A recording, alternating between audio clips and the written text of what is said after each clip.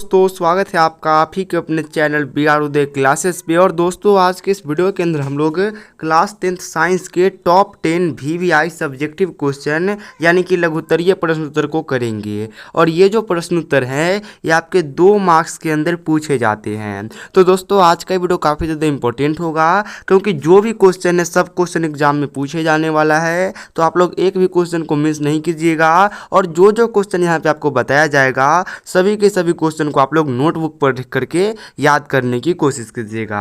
तो चलिए आज की इस क्लास को हम लोग शुरू करते हैं। देखिए पहला क्वेश्चन आपसे ये कहता है कि अवतल दर्पण के 2 उपयोग को लिखे। तो अवतल दर्पण के 2 उपयोग के बारे में आपको बताना है और इसका उत्तर कुछ ऐसे होगा कि अवतल दर्पण के 2 उपयोग निम्न है। पहला उपयोग होता है वाहनों के अग्रदीप यानी कि हेडलाइट के रूप में, और दूसरा उपयोग होता है हजामत यानी कि दाढ़ी और बाल बनाने के रूप में। तो 2 उपयोग आप लोग को समझ में आ गया। पहला उपयोग हम लोग कहाँ पे करते हैं, जो गाड़ी होती है उसकी हेडलाइट में करते हैं, और इसका दूसरा उपयोग हम लोग कब करते हैं, तो जब दाढ़ी वगैरह और बाल वगैरह बनाना होता है तब करते हैं। तो ये आप लोग लिख दीजिएगा, आपको पूरा नंबर मिल जाएगा। उसके बाद दूसरा क्वेश्चन देखिए, दूसरा क्वेश्चन ये है कि प्लास्टर ऑफ पेरिस का आणविक सूत्र लिखे, इसका काम क्या है। तो प्लास्टर ऑफ पेरिस का सूत्र लिख करके आपको इसका काम बताना है और इसका आंसर कुछ ऐसे होगा कि प्लास्टर ऑफ पेरिस का आणविक सूत्र CuSO4 हाफ H2O होता है। इसका उपयोग हड्डियों को जोड़ने के लिए शल्य चिकित्सा में होता है। तो ये क्वेश्चन भी आपको समझ में आ गया। इसका सूत्र क्या होता है, तो सूत्र होता है CuSO4 हाफ H2O। और इसका उपयोग हम लोग कहाँ पे करते हैं, तो जो हड्डी टूट जाता है उसको जोड़ने के लिए शल्य चिकित्सा में किया जाता है। ठीक है। उसके बाद देखिए तीसरे नंबर क्वेश्चन को, तीसरा नंबर क्वेश्चन ये है कि अयस्क क्या है। तो ये भी इंपॉर्टेंट क्वेश्चन है और इसका आंसर कुछ ऐसे होगा कि अयस्क पृथ्वी के परत में पाई जाने वाली धातु युक्त उस पदार्थ को कहते हैं जिससे कम लागत में और आसानी से धातु को निकाला जा सकता है। तो देखिए हम लोग अयस्क किसको कहते हैं, तो अयस्क हम लोग उसको कहते हैं जो पृथ्वी के परत में पाई जाती है और ये धातु युक्त होती है। मतलब पृथ्वी के परत में धातु युक्त मतलब जिसके अंदर पहले से ही धातु हो और ये पृथ्वी के नीचे पाई जाती हो, तो हम लोग उसे क्या कहते हैं, अयस्क कहते हैं। साथ ही ये जो अयस्क होती है इससे हम लोग बहुत ही आसानी तरीके से और कम लागत में धातु को निकाल सकते हैं। तो ये भी आप लोग याद रखिएगा। उसके बाद देखिए अगला क्वेश्चन आपसे ये कहता है कि ओम के नियम को लिखिए। तो ओम का नियम लिखने के लिए 2 मार्क्स में पूछेगा और ओम के नियम को लिख करके उसका सत्यापन कीजिए, तब आप ये क्वेश्चन 5 नंबर में पूछेगा। फिलहाल यहाँ पे ओम का नियम लिखने के लिए कहा है तो ये 2 नंबर का हो जाएगा और इसका आंसर बहुत ही छोटा होगा कि अचर ताप पर किसी चालक तार में प्रवाहित विद्युत धारा यानी कि I का जो मान है उसके सिरों के मध्य उत्पन्न विभवांतर के समानुपाती होता है।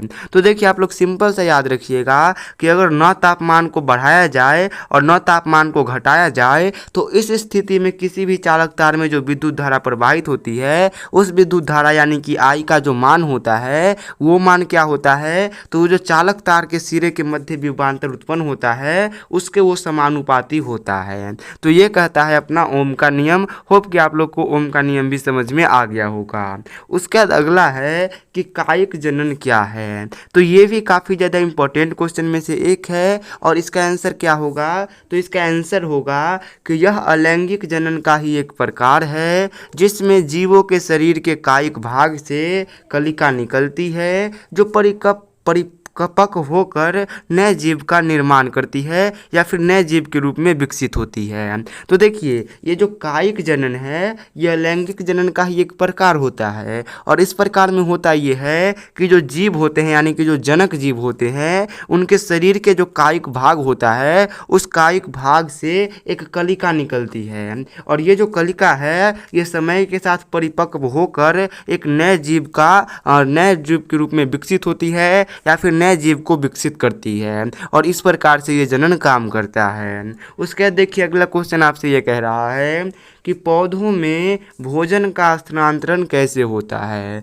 तो पौधों में भोजन एक जगह से दूसरी जगह कैसे जाता है ये आपको बताना है। तो देखिए इसका आंसर कुछ ऐसे है कि पौधों में भोजन का परिवहन फ्लोएम के द्वारा होता है। तो ये क्वेश्चन ऑब्जेक्टिव ही पूछ देता है कि पौधों में भोजन का परिवहन किसके द्वारा होता है, तो आप लोग कहिएगा फ्लोएम के द्वारा होता है। उसके बाद देखिए अगला ये है कि यह पौधों में बने भोजन यानी कि ग्लूकोज का स्थानांतरण सुक्रोज के रूप में करता है। तो ये भी पूछता है कि ग्लूकोज का स्थानांतरण किसके रूप में होता है, तो आप लोग कहिएगा सुक्रोज के रूप में होता है। और कौन करता है, तो फ्लोएम करता है। और अगर इन दोनों को मिला करके लिखोगे तो 2 नंबर का क्वेश्चन आपका बन जाएगा। उसके बाद देखिए अगला क्वेश्चन आपसे ये कहता है कि सहसंयोजक बंधन क्या है, इसके 2 उदाहरण दे। तो सहसंयोजक बंधन को आपको समझाना है और ये केमिस्ट्री का बहुत ही इंपॉर्टेंट क्वेश्चन है। तो इसका आंसर कुछ ऐसे होगा कि 2 परमाणुओं के बीच इलेक्ट्रॉनों की साझेदारी से बना बंधन सहसंयोजक बंधन कहलाता है। इसके 2 उदाहरण हैं H2O यानी कि जल और CH4 यानी कि मीथेन। तो देखिए इसको समझने के लिए आप लोग ऐसे समझिए कि एक परमाणु ये रहा और एक परमाणु ये रहा।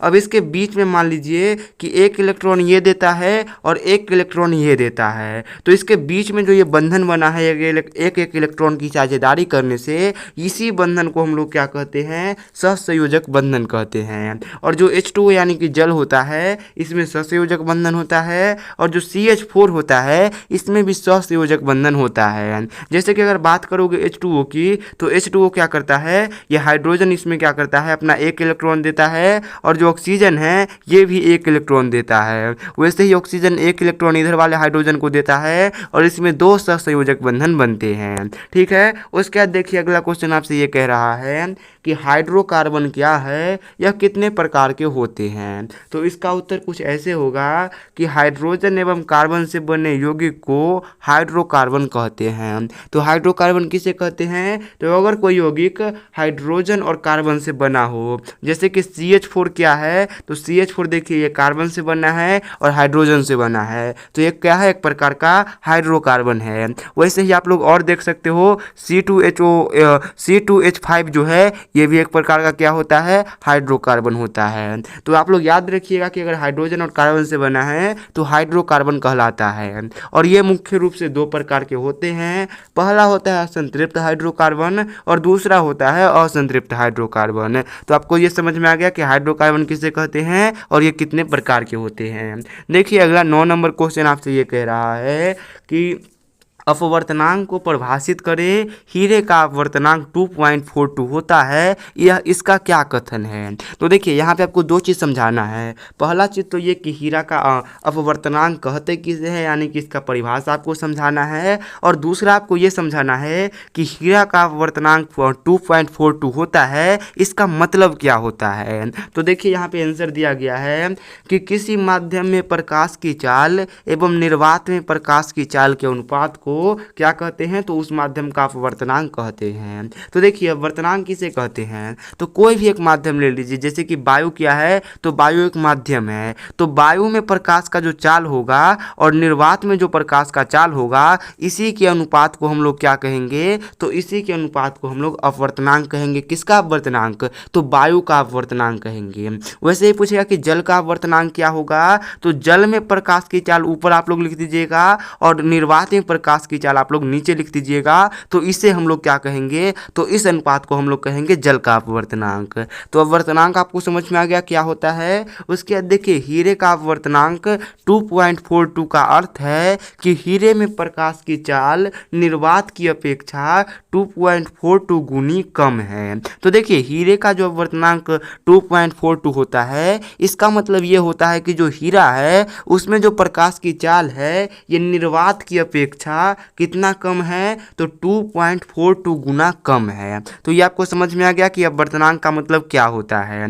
वैसे ही मैं आपको बता दूं कि जो जल होता है उसका अपवर्तनांक शायद 1.33 होता है। तो इसका मतलब ये होगा कि जो जल है इसमें प्रकाश की चाल निर्वात की अपेक्षा 1.33 टाइम गुना कम है। ठीक है। उसके बाद देखिए अगले क्वेश्चन को। अगला क्वेश्चन आपसे ये कह रहा है कि परागण क्या है, यह कितने प्रकार के होते हैं। तो इसका आंसर कुछ ऐसे होगा कि पुष्प के परागकोश से परागकण का निकलकर वर्तिकाग्र तक पहुंचने की क्रिया को परागन कहते हैं। यह दो प्रकार का होता है, पहला होता है परपरागन, दूसरा होता है स्वपरागन। तो देखिए मैं आपको बताता हूँ, जो पुष्प होते हैं यानी कि जो फूल होते हैं उसमें जो परागकोश होता है इसके अंदर परागकण पाया जाता है। अब इस परागकोश से निकल करके वर्तिकाग्र तक जो पहुंचने की क्रिया होती है उसी क्रिया को हम लोग क्या कहते हैं, तो उसी क्रिया को हम लोग कहते हैं परागन। और ये जो परागन है